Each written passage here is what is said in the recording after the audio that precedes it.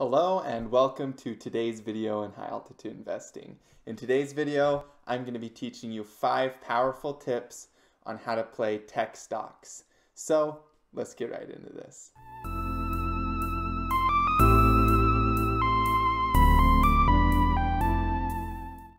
So tip number 1 is set up a stock account. This is pretty obvious, but a lot of you are probably used to cryptocurrency exchanges where you just put in an email address and within a few minutes you can start depositing Bitcoin.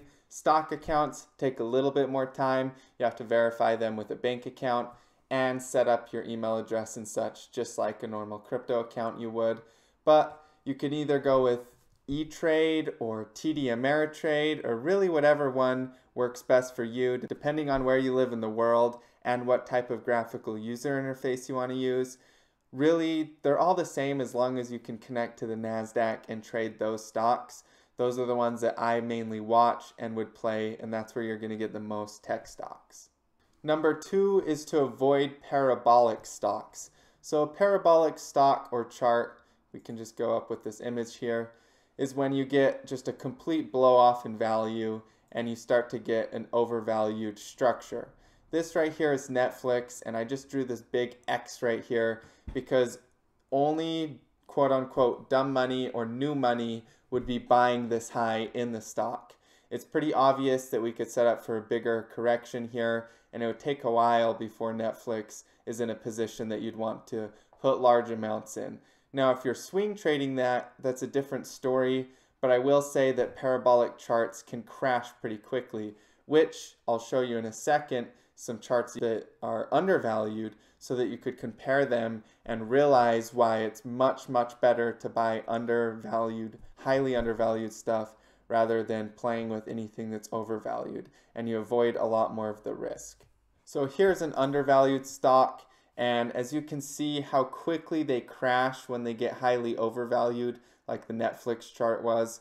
So this is why you really don't want to be buying stuff that is parabolic and overvalued like that, because you don't know exactly how hard it's going to crash when it does. It could crash pretty quickly like this one did, but this provided an opportunity in the future, and this is a 3D printing stock, so there's actual potential in that technology for the future, and there's a lot of development happening right now in that technology. So this is one that I'm watching. I put this check mark next to it so you guys can see that it's nice and undervalued.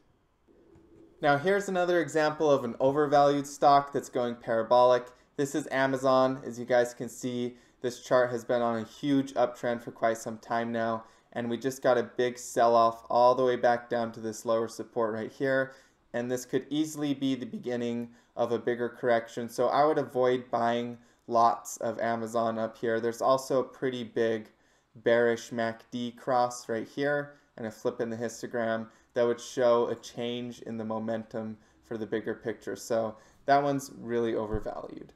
So the next thing to do is, once you've positioned yourself in one of these early on stocks, the ones that are really undervalued, is you want to average in. And the best way to do that is to buy a little bit at the market price, set some buy orders at these lower support levels, set a couple buy limit orders if it breaks above a certain price, and then you get in at a zone.